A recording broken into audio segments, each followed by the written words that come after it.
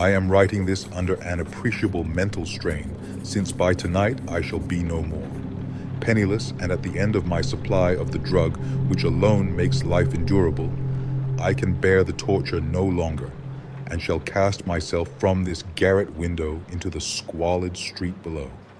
Do not think from my slavery to morphine that I am a weakling or a degenerate. When you have read these hastily scrawled pages, you may guess, though never fully realize, why it is that I must have forgetfulness or death. It was in one of the most open and least frequented parts of the Pacific that the packet of which I was supercargo fell a victim to the German sea raider. The Great War was then at its very beginning, and the enemy's navy had not reached its later degree of ruthlessness, so that our vessel was made legitimate prize, whilst we of her crew were treated with all the fairness and consideration due us as naval prisoners. So liberal indeed was the discipline of our captors that 5 days after we were taken, I managed to escape alone in a small boat with water and provisions for a good length of time.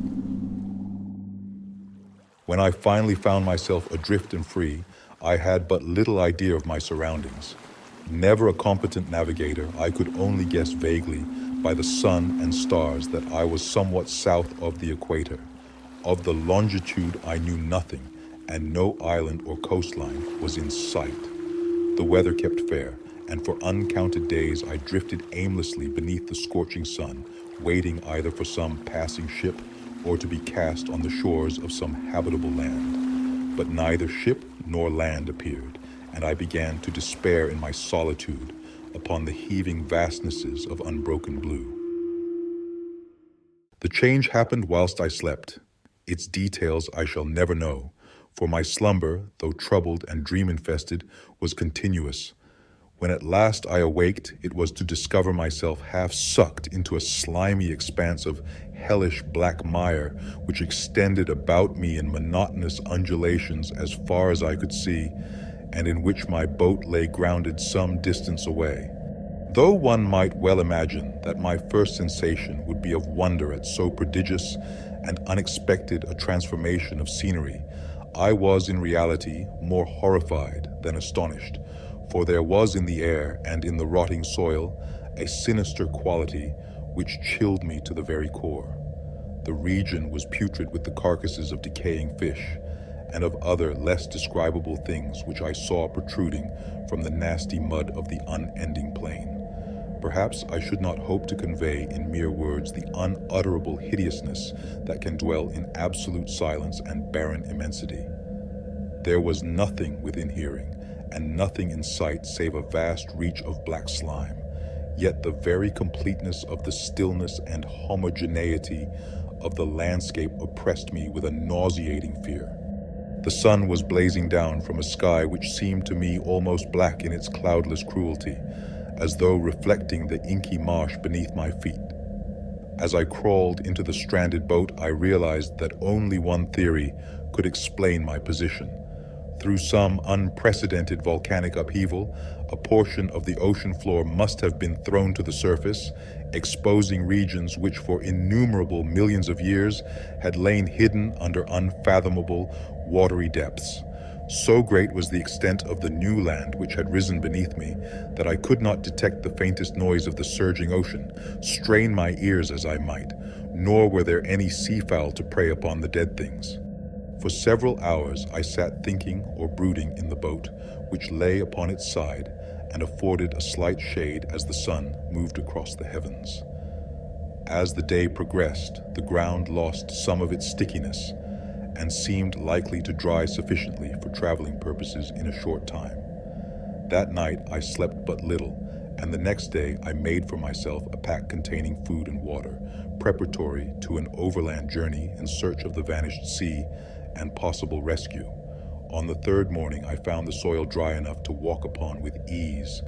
The odor of the fish was maddening, but I was too much concerned with graver things to mind so slight an evil, and set out boldly for an unknown goal. All day I forged steadily westward, guided by a faraway hummock which rose higher than any other elevation on the rolling desert.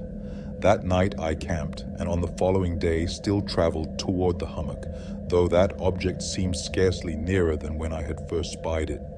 By the fourth evening I attained the base of the mound, which turned out to be much higher than it had appeared from a distance, an intervening valley setting it out in sharper relief from the general surface. Too weary to ascend, I slept in the shadow of the hill.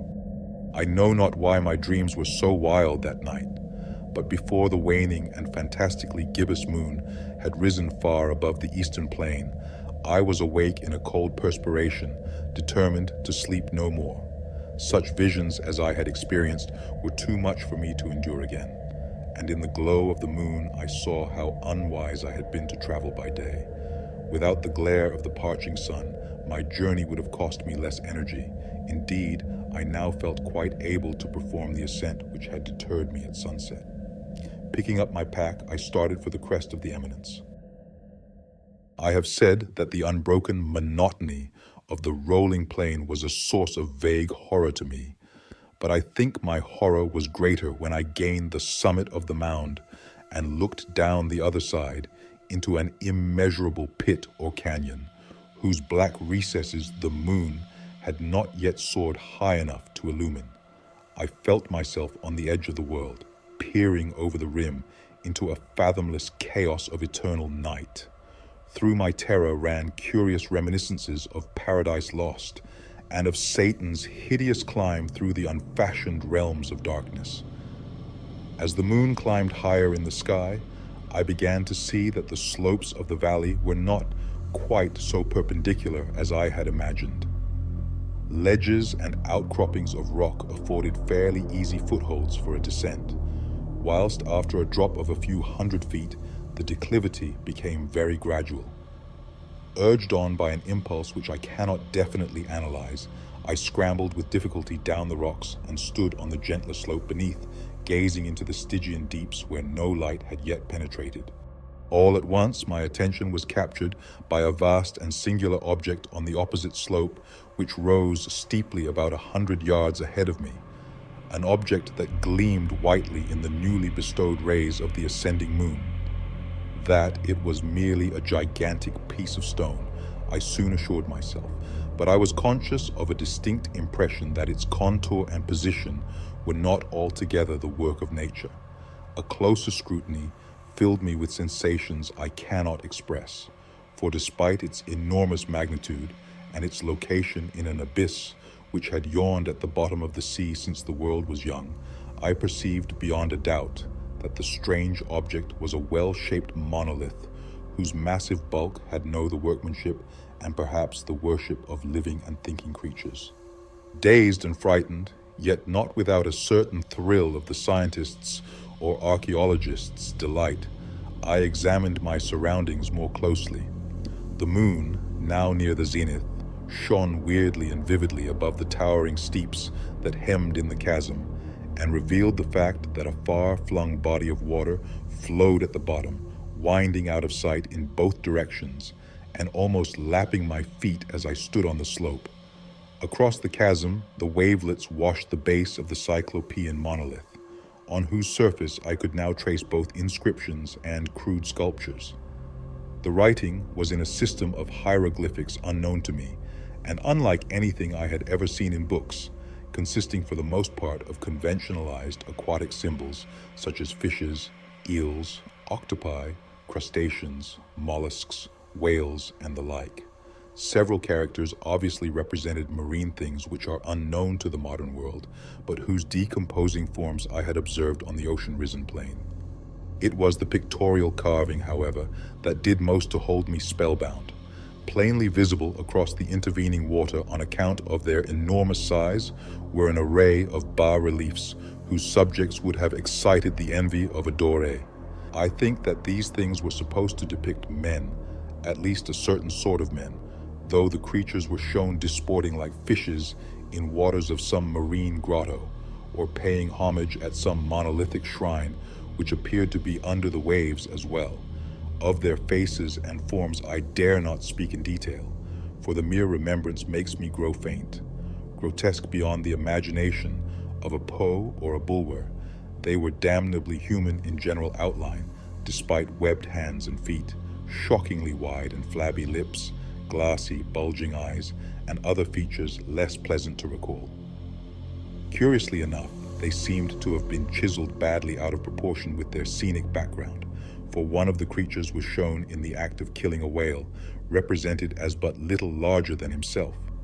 I remarked, as I say, their grotesqueness and strange size, but in a moment decided that they were merely the imaginary gods of some primitive fishing or seafaring tribe, some tribe whose last descendant had perished eras before the first ancestor of the Piltdown or Neanderthal man was born.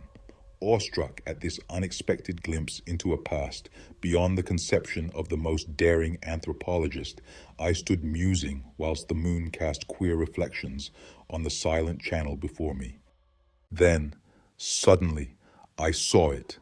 With only a slight churning to mark its rise to the surface, the thing slid into view above the dark waters. Vast, Polyphemus-like and loathsome, it darted like a stupendous monster of nightmares to the monolith, about which it flung its gigantic scaly arms, the while it bowed its hideous head and gave vent to certain measured sounds. I think I went mad then. Of my frantic ascent of the slope and cliff, and of my delirious journey back to the stranded boat, I remember little. I believe I sang a great deal, and laughed oddly when I was unable to sing. I have indistinct recollections of a great storm some time after I reached the boat. At any rate, I know that I heard peals of thunder and other tones which nature utters only in her wildest moods. When I came out of the shadows, I was in a San Francisco hospital, brought thither by the captain of the American ship which had picked up my boat in mid-ocean. In my delirium I had said much, but found that my words had been given scant attention.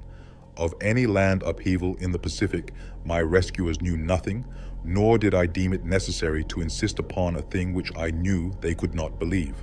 Once I sought out a celebrated ethnologist and amused him with peculiar questions regarding the ancient Philistine legend of Dagon, the fish god. But soon perceiving that he was hopelessly conventional, I did not press my inquiries. It is at night, especially when the moon is gibbous and waning, that I see the thing. I tried morphine, but the drug has given only transient surcease and has drawn me into its clutches as a hopeless slave. So now I am going to end matters, having written a full account for the information or the contemptuous amusement of my fellow men. Often I ask myself if it could not all have been a pure phantasm, a mere freak of fever as I lay sun-stricken and raving in the open boat after my escape from the German man of war. This I ask myself, but ever does there come before me a hideously vivid vision in reply. I cannot think of the deep sea without shuddering at the nameless things that may at this very moment be crawling and floundering on its slimy bed, worshipping their ancient stone idols and carving their own detestable likenesses on submarine obelisks of water-soaked granite. I dream of a day when they may rise above the billows to drag down in their reeking talons the remnants of puny, war-exhausted mankind, of a day when the land shall sink and the dark ocean floor shall ascend amidst universal pandemonium. The end is near. I hear a noise at the door, as of some immense slippery body lumbering against it. It shall not find me. God, that hand! The window! The window!